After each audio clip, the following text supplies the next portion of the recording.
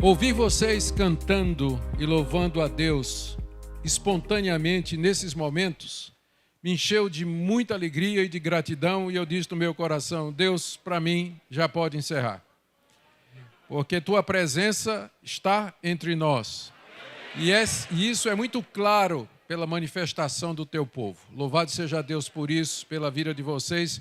Estou me sentindo bem pequenininho para trazer a palavra de Deus a vocês nessa noite, depois dessa demonstração de confiança, de alegria, diante das dificuldades que vocês expressaram. Louvado seja o nome de Deus pela vida de vocês.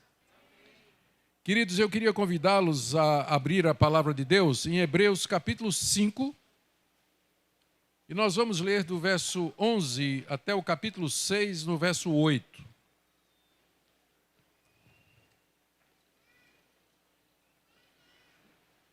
Hebreus capítulo 5, do verso 11 até o capítulo 6, no verso 8.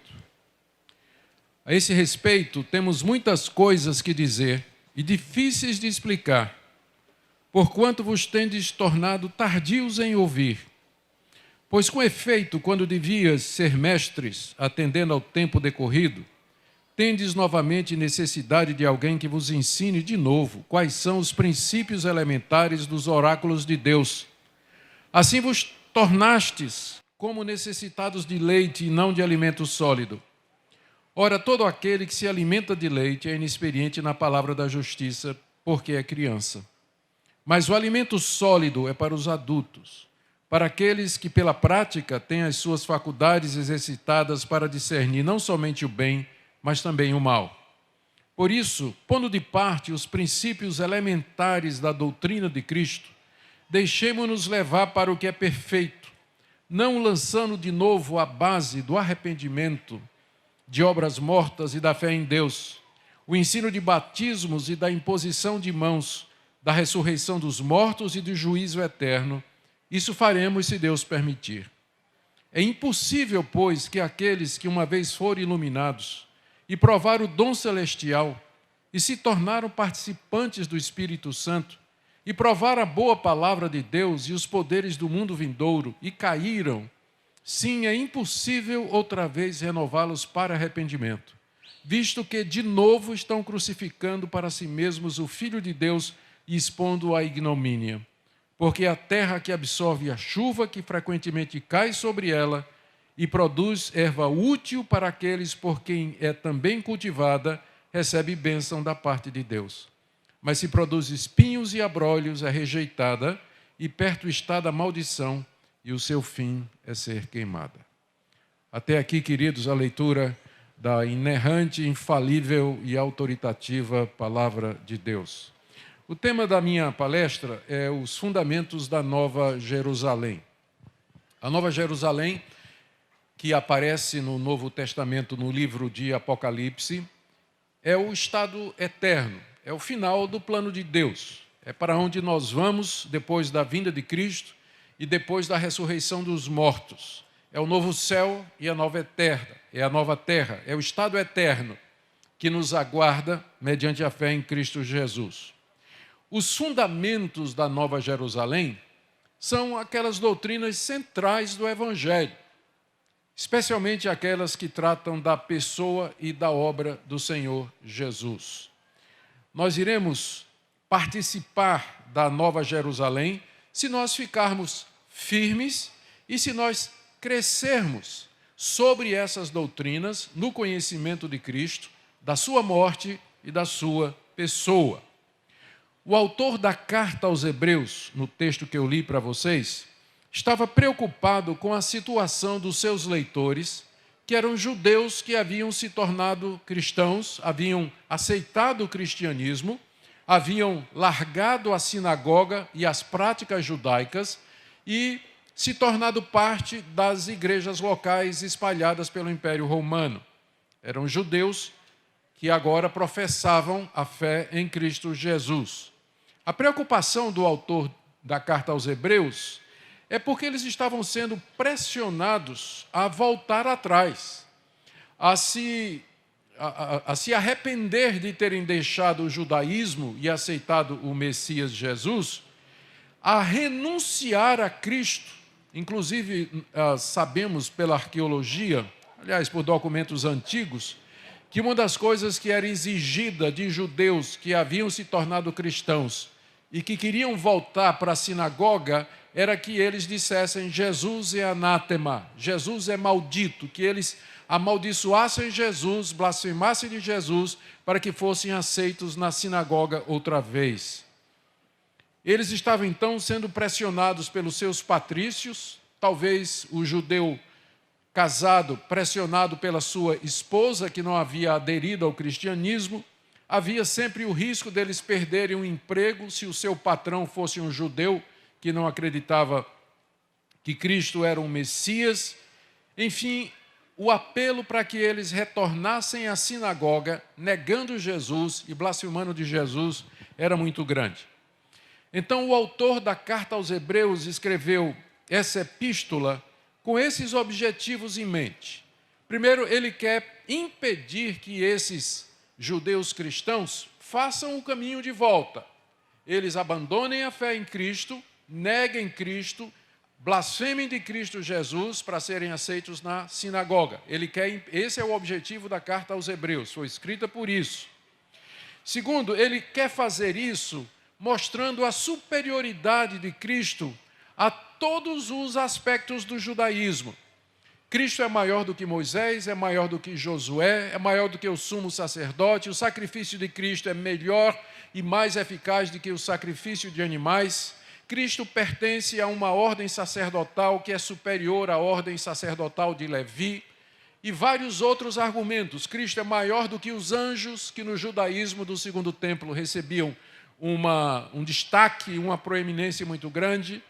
Ele quer mostrar que voltar para o judaísmo, voltar para a sinagoga, seria um retrocesso, uma vez que eles já tinham tido conhecimento da verdade, haviam sido iluminados, haviam já participado dos poderes do mundo vindouro, já tinham conhecido aquilo que Deus promete para aqueles que o amam.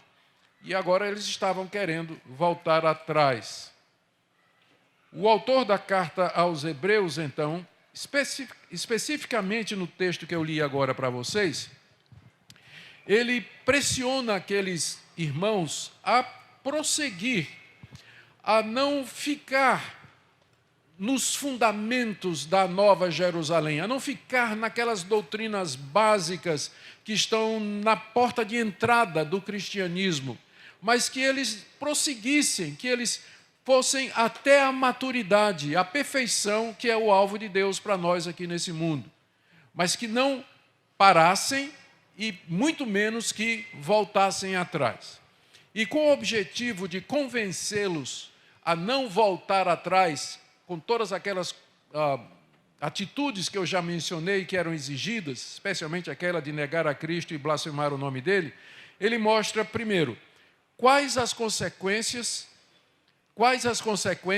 deles terem se tornado tardios em ouvir a palavra de Deus. Eles já deviam ter sido mestres pelo tempo decorrido, mas agora já alguns anos se passaram e eles estavam presos no maternal, quando já deviam ter avançado para o mestrado e se tornado professores e mestres do Evangelho. Quais são as consequências deles terem feito isso? Isso aí nós vamos ver do verso 11 até o verso 14. No capítulo 6, de 1 a 3, o nosso autor faz uma exortação para que eles prossigam, para que eles avancem na fé, em vez de ficar nos fundamentos, em vez de ficar nos princípios elementares, que eles prosseguissem para aquelas coisas mais profundas a respeito de Cristo, da sua pessoa, da sua obra, do Evangelho, enfim. E por último, ele faz uma advertência muito severa, que vai do verso 4 até o verso 8, que se eles voltassem atrás, se eles voltassem para a sinagoga, negando a Jesus, blasfemando de Cristo e, portanto, apostatando, não haveria mais possibilidade de renová-los para a salvação. Não haveria mais possibilidade de retorno, porque isso significaria crucificar Jesus outra vez. E então ele faz uma analogia da situação dessas pessoas com a terra que absorve a chuva, produz fruto, e a outra terra nas mesmas condições que produz espinhos e abrolhos e que está perto de ser queimada. É uma passagem difícil, ela é conhecida pelo tom polêmico com que os comentaristas discutem o seu significado, mas eu entendo que uma vez que nós lermos no contexto, lembrando da situação, a passagem se torna clara suficientemente para nós, para ouvirmos o apelo que está sendo feito aqui e que vale para nós hoje da mesma forma. Nós não somos judeus cristãos, mas a pressão do mundo, a pressão dos amigos, a pressão da sociedade é para que nós abandonemos a fé, para que nós neguemos o Senhor Jesus, até blasfemando e negando o nome dele, e abracemos uma seita, abracemos algum ensino outro estranho, ou simplesmente nos tornemos absolutamente indiferentes a tudo aquilo que o cristianismo representa. Meu tema, como eu disse, é os fundamentos da Nova Jerusalém. E eu quero dizer e o meu objetivo é dizer, que se nós não ficarmos nesses fundamentos e, na verdade, prosseguirmos a partir deles, nós não temos esperança nenhuma de entrar no novo céu e na nova terra e participar da Nova Jerusalém. Portanto, eu quero encorajar os irmãos, quero exortar os irmãos e quero advertir os irmãos a respeito desse risco, considerando a grande quantidade de pessoas que anualmente, tendo uma vez professado a Cristo Jesus, abandonam a fé do Evangelho, viram as costas, vão para seitas, vão para heresias, negam a Cristo Jesus e se enveredam nesses erros perniciosos que conduzem a alma à condenação. Que Deus tenha misericórdia de nós e nos ajude a entender a sua palavra e aplicar essa palavra ao nosso coração. Amém? Esta mensagem foi gravada durante o evento da Consciência Cristã e faz parte de uma série de outras mensagens que estão disponíveis no Bless, uma plataforma de estudos bíblicos focada em te auxiliar na sua jornada de fé. Acesse o link que está na descrição e saiba mais. Então, em primeiro lugar, o nosso autor fala das consequências dos seus leitores, aqueles judeus cristãos, de serem lentos para ouvir a palavra de Deus e aprender a palavra de Deus, aí do verso 11 até o verso 14. Quais são as consequências quando os membros da igreja, que estão debaixo do ministério de um pastor fiel, que ensina a palavra de Deus, mas eles são lentos para ouvir, lentos para aprender e para colocar em prática? Primeiro, dificulta o trabalho dos mestres. Verso 11. A esse respeito, temos muita coisa que dizer e difíceis de explicar, porque vocês se tornaram lentos para ouvir. O autor da carta aos Hebreus tinha muita coisa para dizer a eles. Na verdade, ele tinha começado no capítulo 5 a fazer uma exposição da pessoa de Cristo e como sacerdote, algo que não é feito em nenhuma outra carta do Novo Testamento. Mas Cristo como sumo sacerdote que intercede por nós somente na carta aos Hebreus. E ele tinha começado a fazer essa exposição aqui, que ele vai até o capítulo 7, fazendo essa exposição.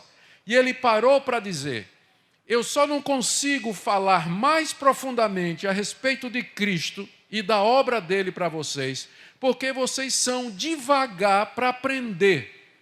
Vocês são devagar para ouvir. Há uma indisposição no coração de vocês para ouvir a palavra de Deus, o bom ensino, colocar no coração, praticar, se apropriar dele pela fé.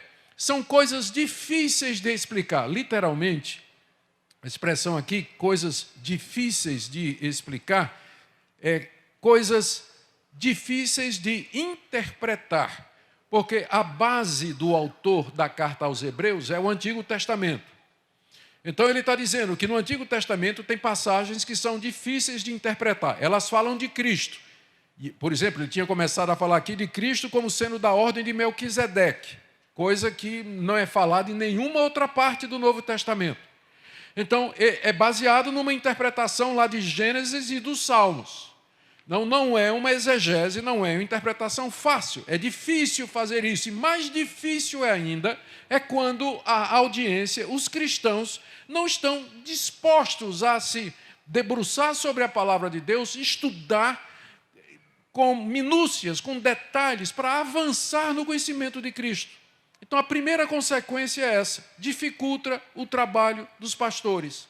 Quando a igreja é lerda para ouvir, ela demora em colocar a verdade de Deus em prática e a seguir a orientação que está na palavra de Deus, porque tem muita coisa difícil na Bíblia, muita coisa profunda, especialmente sobre a pessoa de Cristo e a sua obra. A segunda consequência é que há um retrocesso espiritual. Veja como ele diz no verso 12: com efeito, quando vocês deveriam ser mestres, atendendo ao tempo decorrido, vocês se tornaram novamente necessitados de que alguém ensine de novo quais são os fundamentos da Nova Jerusalém, quais são os princípios elementares dos oráculos de Deus. E se vocês se tornaram como necessitados de leite e não de alimento sólido. Já fazia alguns anos que esses judeus tinham abraçado o cristianismo. Já fazia alguns anos que eles estavam sentados nas suas igrejas, debaixo do ministério de homens fiéis, que expunham a palavra de Deus. Mas apesar de decorridos todos esses anos, eles ainda estavam no beabá. Eles ainda estavam no que ele chama aqui, princípios elementares dos oráculos de Deus. Os oráculos de Deus são as escrituras sagradas, através das quais Deus fala.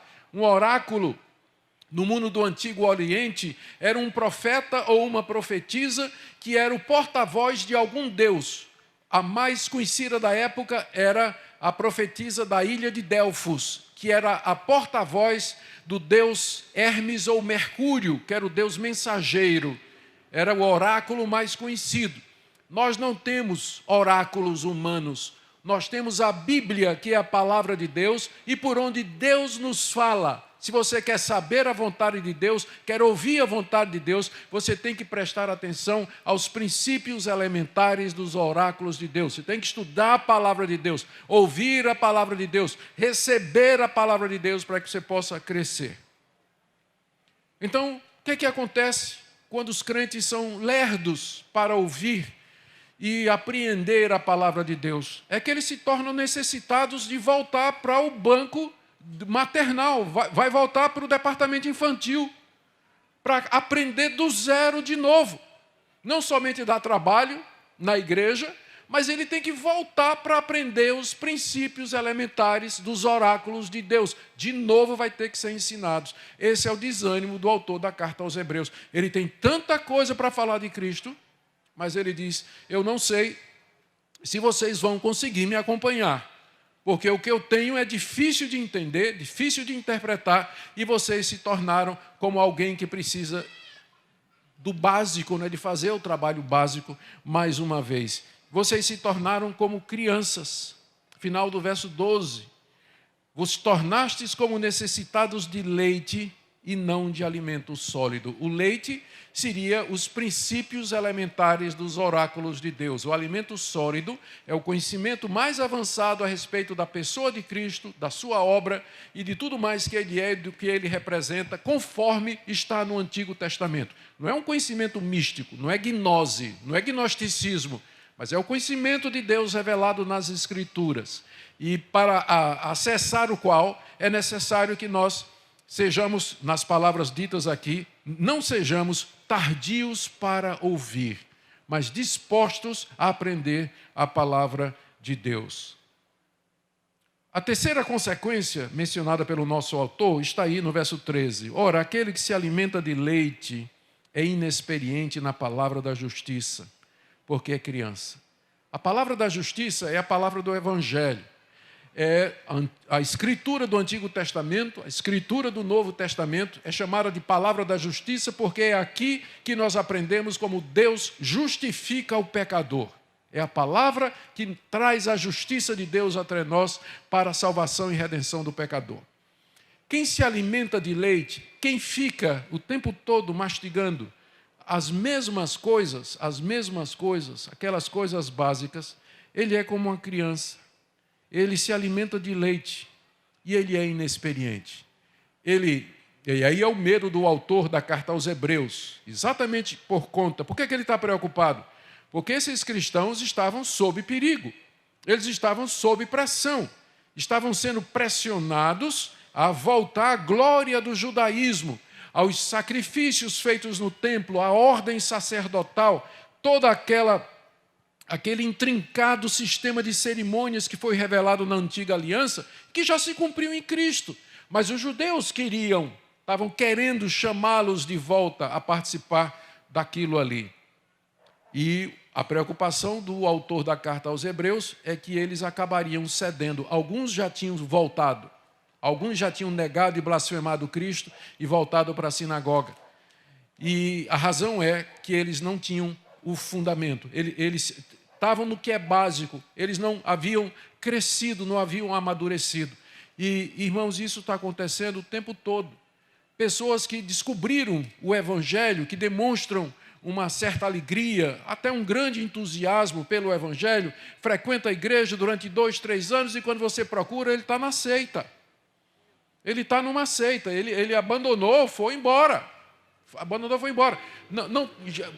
Não foi discipulado, não foi instruído, não tinha interesse, era só no oba-oba, era só louvozão, era só campanha, era só isso, aquilo, outro, mas doutrina, um ensino bíblico sólido, não teve resultado. Chega o falso mestre, engana com o erro, com a mentira e leva ele embora.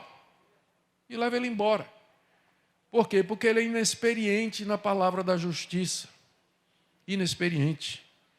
Olha como é que ele diz no verso 14, a quarta consequência: o alimento sólido é para os adultos, que pela prática têm suas faculdades exercitadas para discernir não somente o bem, mas também o mal.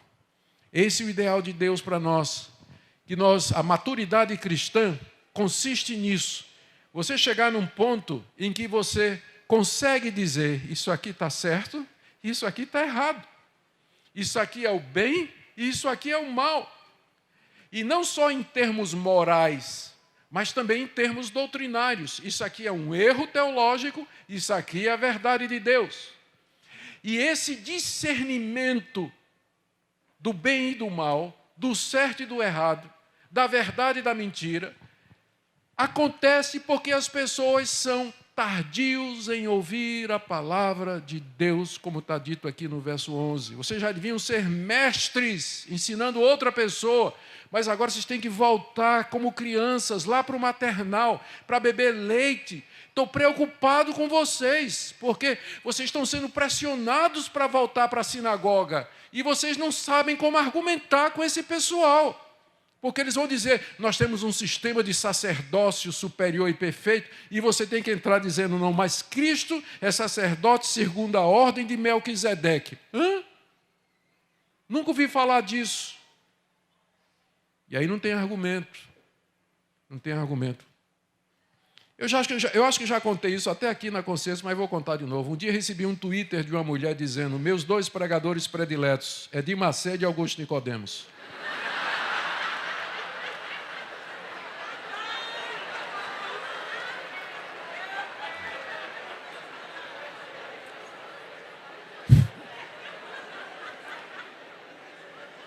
Qual o problema com esse Twitter? Falta de discernimento entre o bem e o mal, entre o certo e o errado.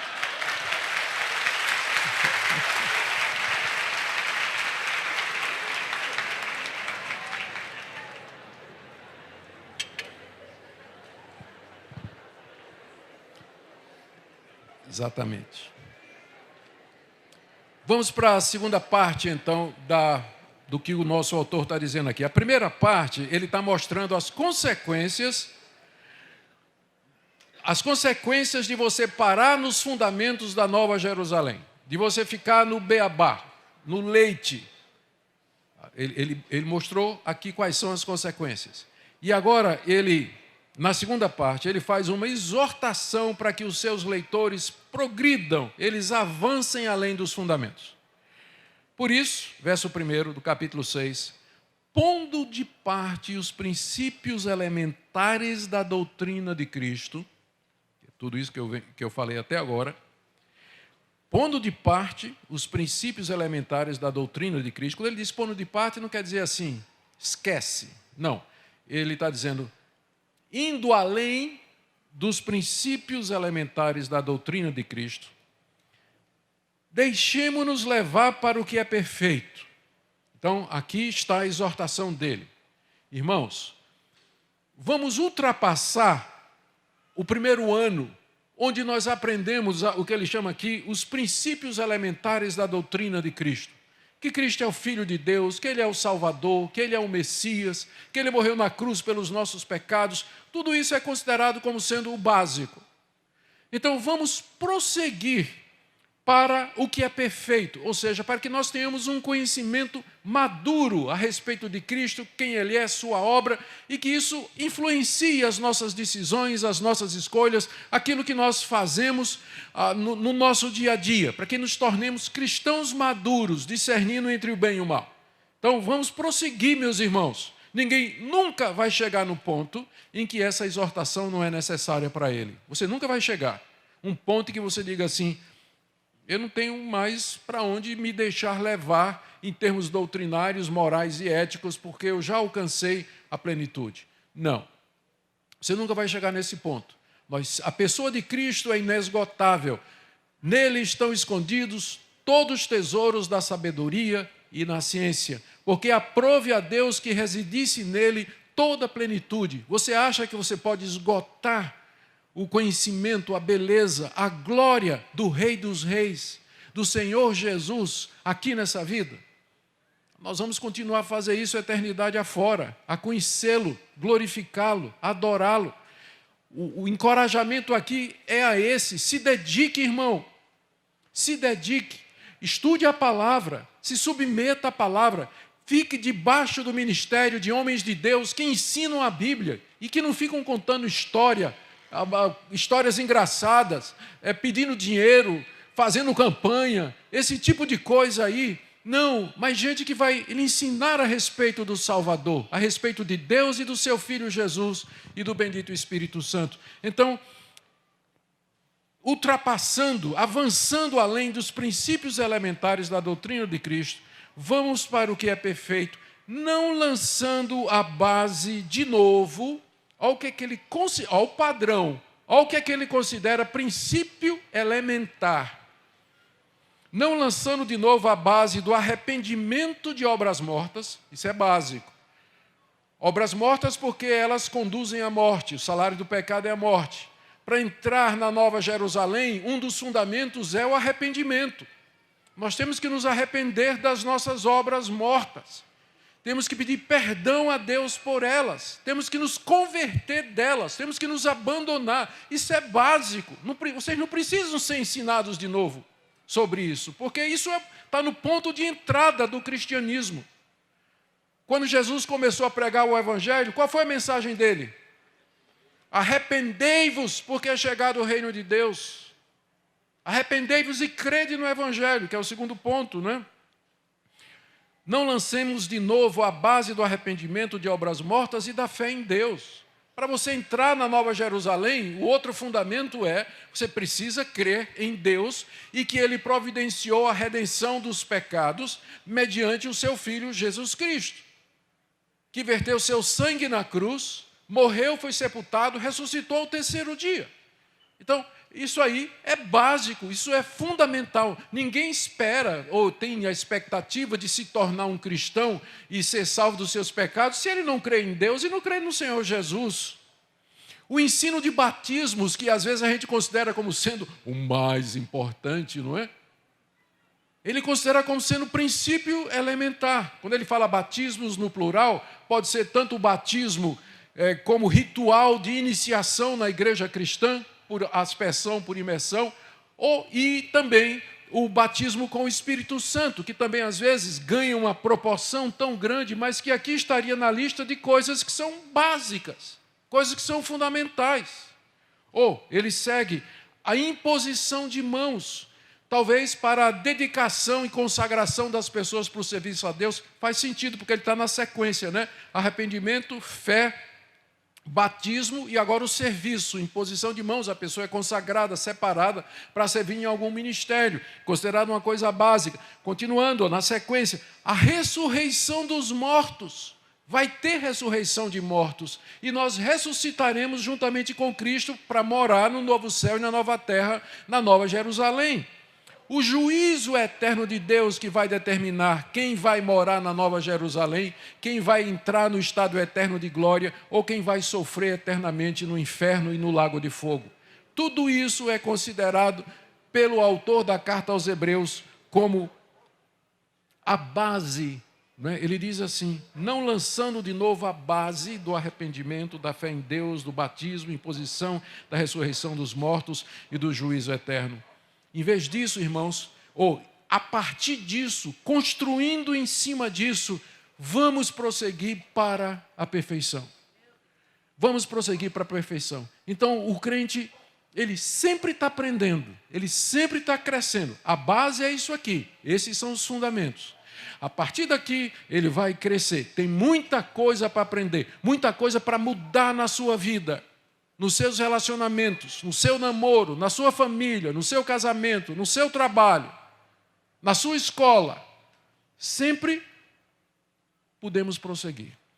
E isso faremos, ele diz no verso 3, se Deus permitir, porque ele sabe que se não for pela graça de Deus, se não for pela misericórdia de Deus, estas coisas não vão acontecer.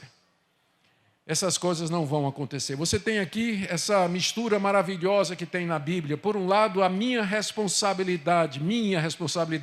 Deus não vai fazer isso em meu lugar. De eu me arrepender, de eu crer, de eu abandonar o pecado. Deus me dá a graça, Deus me dá o poder para fazer isso, mas é minha responsabilidade fazer isso. E uma vez que eu fiz, eu olho para trás e digo, só fiz porque Deus permitiu. Só fiz pela graça de Deus, pela misericórdia de Deus, porque no final toda a glória tem que ser dele, não sua, nem minha. Se Deus permitir, nós faremos esse tipo de coisa. Mas, em terceiro lugar, há algumas situações em que Deus não permite. E aqui vem uma advertência severa, do verso 4 até o verso 8. É impossível, pois, que aqueles que uma vez foram iluminados, provaram o dom celestial, se tornaram participantes do Espírito Santo e provaram a boa palavra de Deus e os poderes do mundo vindouro e caíram. Sim, é impossível outra vez renová-los para o arrependimento. Para esses aqui não tem como prosseguir. Não tem como prosseguir. Por quê? A grande questão aqui sempre foi a identificação desses eles aqui. Quem são estes que caíram e para quem não há mais possibilidade de renovação, de prosseguimento na fé, de mudança de vida ou qualquer coisa dessa natureza? Eu creio que o contexto deixa muito claro. O nosso autor está escrevendo para judeus que abraçaram o cristianismo e que estavam em vias de largar o cristianismo, blasfemar de Cristo e voltar para a sinagoga. Então são eles que são o objeto dessa passagem aqui. E a linguagem confunde, porque o autor fala em termos que dão a impressão de que ele está falando de crentes verdadeiros, quando na realidade ele está falando de pessoas como esses judeus cristãos que chegaram, experimentaram, provaram da vida comunitária cristã em geral e de fato nunca se converteram, senão nunca teriam voltado atrás. Vejam as expressões. É impossível para aqueles que foram iluminados. Eles tiveram uma iluminação. Eles entenderam que Cristo era o Messias. Tem muita gente que entende isso. Eu sei que Jesus é o Messias, só que eu não me submeto a Ele. Eu não creio no meu coração, não entrego minha vida a Ele. Então, existe a experiência religiosa. A pessoa se sente iluminada. Então, ela foi iluminada, entendeu que Cristo de fato era o Messias e que o cristianismo era melhor do que o judaísmo. Provou da boa, se tornou participante do Espírito Santo. O Espírito Santo comunica muitas coisas. Ele traz alegria, ele traz paz, ele trabalha na vida das pessoas, nos relacionamentos, e mesmo pessoas que não são crentes, às vezes elas são contempladas por Deus naquilo que a gente chama de graça comum. Isso explica porque tem gente que não é crente, não acredita em Deus, mas que tem uma vida moral, é honesto, faz coisas boas e assim por diante. O Espírito de Deus age na humanidade, trazendo coisas boas a muita gente, mesmo para pessoas que não acreditam em Deus. A graça salvadora especial é para aqueles crentes verdadeiros. Ele diz aqui, provaram a boa palavra de Deus. Eu sei, como o rei Herodes, lê a história de Herodes nos evangelhos, diz lá que ele tinha prazer em ouvir João Batista pregar. Mas depois mandou arrancar a cabeça dele. Não é verdade? Mas diz que ele ouvia João, ele tinha prazer em ouvir João Batista pregar.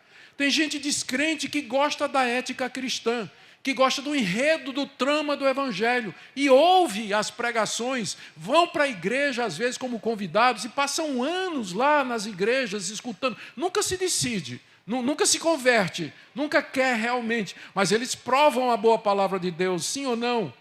Ou então, experimentar os poderes do mundo vindouro. No mundo vindouro vai ter paz, alegria, gozo. E o descrente, né, ou a pessoa que está na igreja, ela foi batizada, ela está participando da Santa Ceia, está cantando no coral, está ouvindo, por exemplo, como vocês cantaram essa noite, é de arrepiar. Ele vê essas coisas, ele sente isso, as emoções são provocadas. O que eu quero dizer é que uma pessoa não convertida, ela tem emoções religiosas.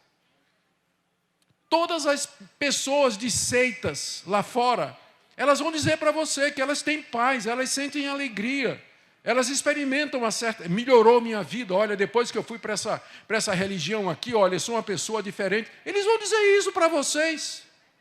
Porque o não convertido, ele tem experiências religiosas também. Ele chora, ele se emociona, ele pede uma graça à Virgem Maria. Quando recebe, ele sai de joelho, não sei para onde, cantando, se alegrando, louvando a Virgem Maria. Não é verdade?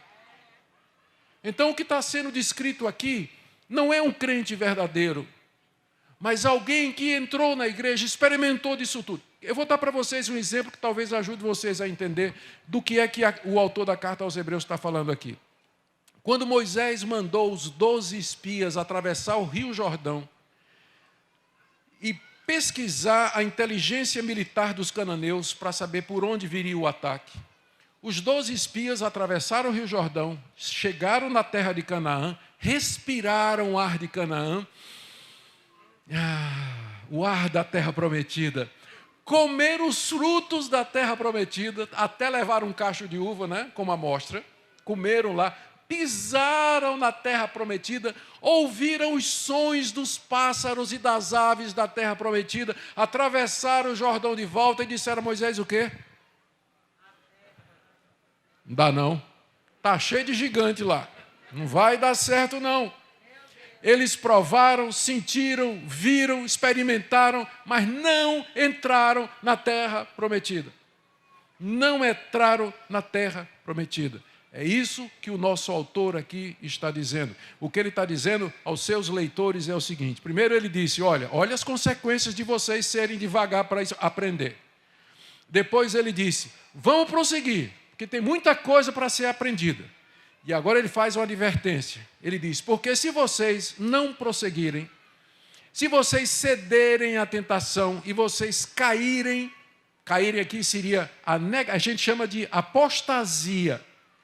Se vocês negarem a Cristo, blasfemarem a Cristo, voltarem para a sinagoga, depois de tudo que vocês passaram, já não resta mais possibilidade de arrependimento, de mudança, de renovação, mas certamente a destruição de vocês se aproxima.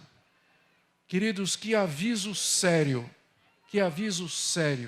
e que todos nós deveríamos colocar no fundo do nosso coração. Nós só participaremos da Jerusalém celestial se permanecermos firmes nas verdades de Deus até o fim, como Jesus Cristo disse, aquele que perseverar até o fim, esse será salvo.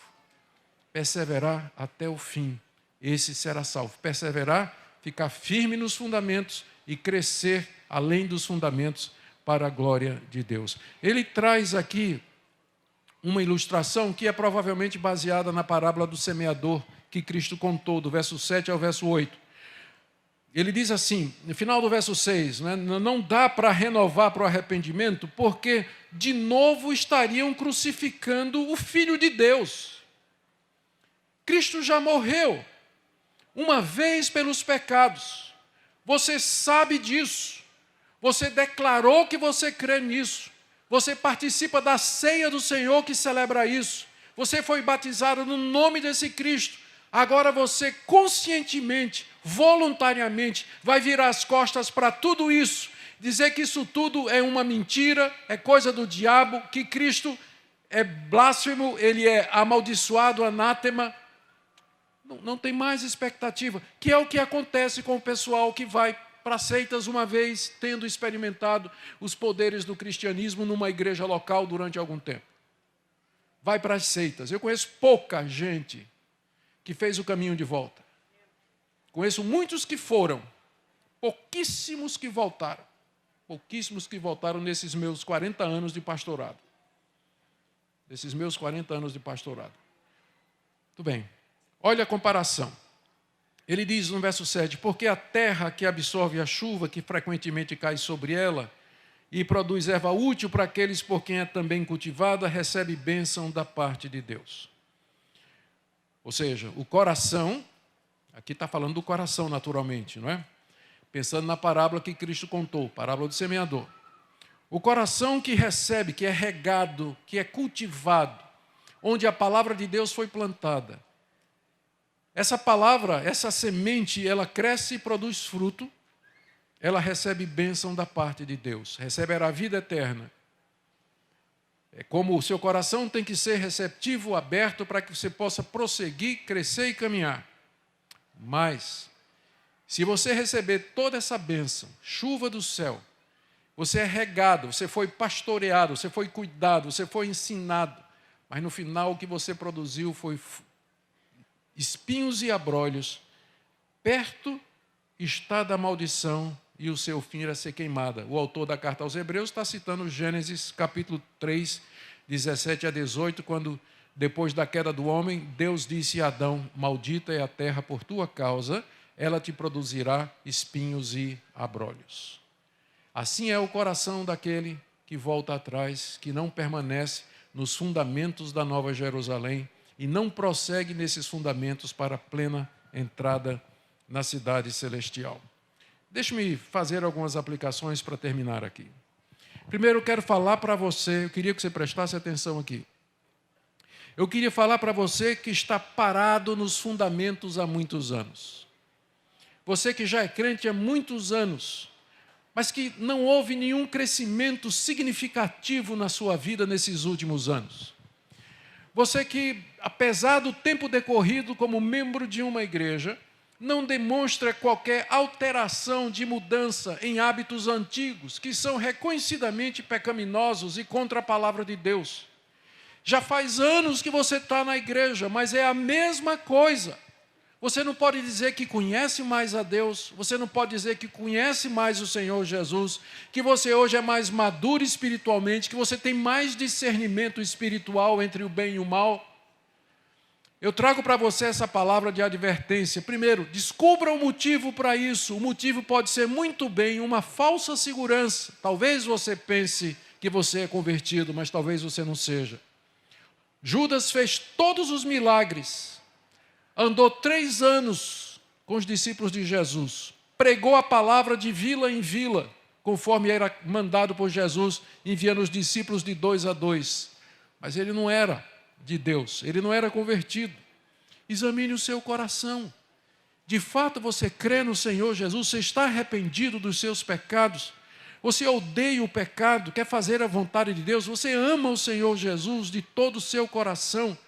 Você está disposto a renunciar a qualquer coisa para fazer a vontade dEle, andar no caminho dEle? Confesse, ouça e acolha a palavra de Deus e prossiga. Você que tem tantos anos de profissão de fé no cristianismo, mas que não apresenta de fato uma mudança de vida, uma transformação ou uma vida que identifique você claramente como cristão. Minha segunda palavra é para aqueles que estão aqui nessa noite e que têm prosseguido, graças a Deus, e que têm crescido a partir do fundamento e que podem explicar a razão da sua fé, que são capazes de discernir entre o bem e o mal, moralmente falando, e entre o certo e o errado, doutrinariamente falando. Louvado seja Deus por essas pessoas. Mas não se feche no seu conhecimento e na sua experiência. Compartilhe, ajude novos convertidos, discipule alguém. Cuidado com a vaidade. Isso pode subir para a cabeça. Mas seja uma bênção na vida de outras pessoas, porque tem muito crente novo, muita gente nova chegando, que precisa de ajuda, precisa do referencial e do exemplo de crentes maduros, do exemplo, do modelo de crentes maduros, para que possa seguir a vida cristã. A minha terceira palavra é para aqueles que estão aqui nessa noite, que vieram aqui nessa noite, e que estão sendo tentados e têm contemplado a possibilidade de abandonar a profissão de fé cristã. Se você está aqui nessa noite e você veio com dúvidas no seu coração, e você já conhece a verdade do Evangelho, talvez você até já foi batizado, participou da ceia do Senhor, já esteve na comunhão dos santos, na igreja, de alguma forma experimentou a doçura da vida cristã, os efeitos da vida cristã que ela produz nos verdadeiros crentes e nos que estão próximos. Mas você está pensando na possibilidade de abandonar tudo isso. Talvez um caso, uma mulher que apareceu na sua vida. Talvez uma proposta de um negócio completamente ilícito, e você sabe que você vai ter que negar Jesus. Você vai ter que abandonar os princípios cristãos. Talvez um falso mestre está indo visitando você na sua casa. E ele está trazendo uma outra doutrina que não é a doutrina de Cristo. Está dizendo para você que Jesus não é Deus.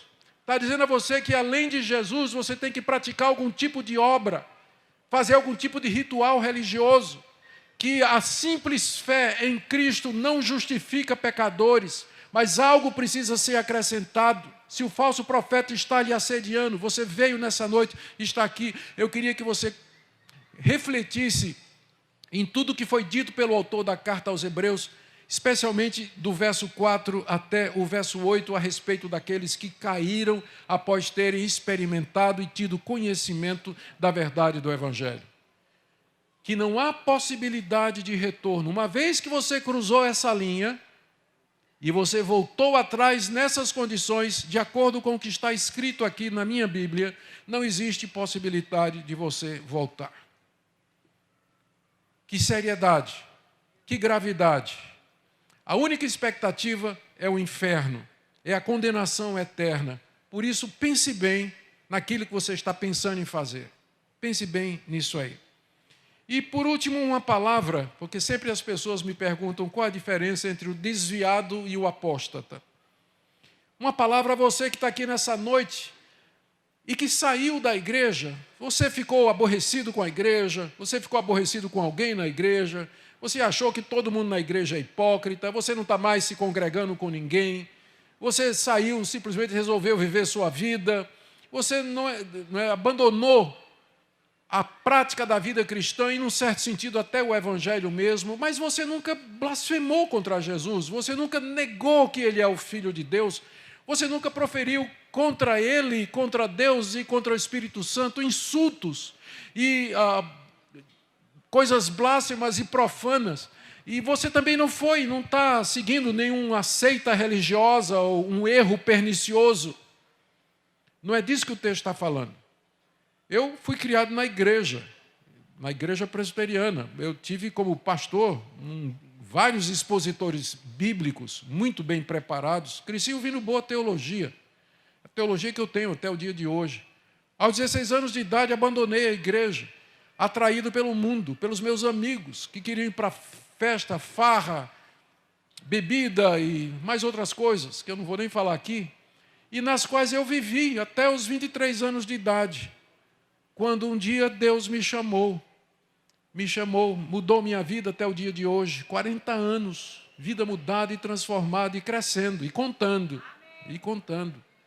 Então, no tempo que eu estava fora da igreja, eu me lembro que às vezes eu orava. Eu não ia mais para a igreja, não queria saber mais de Cristo. Se os pastores vinham falar comigo, Augusto está desviado, vamos lá ver se ganha ele de volta para Jesus. Eu nem recebia em casa, não queria saber. Mas às vezes, de noite, antes de dormir, eu falava com Deus. Em momentos difíceis, eu pensava em Deus. Alguns amigos meus cometeram crimes, coisa séria, que alguma coisa me impedia de fazer. Alguma coisa me impedia de ir para o fundo do poço tão profundamente como eles foram. Eu era um desviado, eu não era um apóstata. Eu não sei se vocês perceberam a diferença. Então, se você está nessa condição de desviado, a oportunidade de você voltar, de você retornar mediante arrependimento, confissão dos seus pecados, reconciliação com Deus e uma profissão pública do seu erro e do seu retorno ao lar, que é a igreja de Cristo aqui nesse mundo. Queridos, que Deus queira nos ajudar, que Deus nos ajude nessa época de tanta seita, de tanto engano, de tanta mentira, fomentado inclusive pelas redes sociais. Onde você se encontra nessa noite?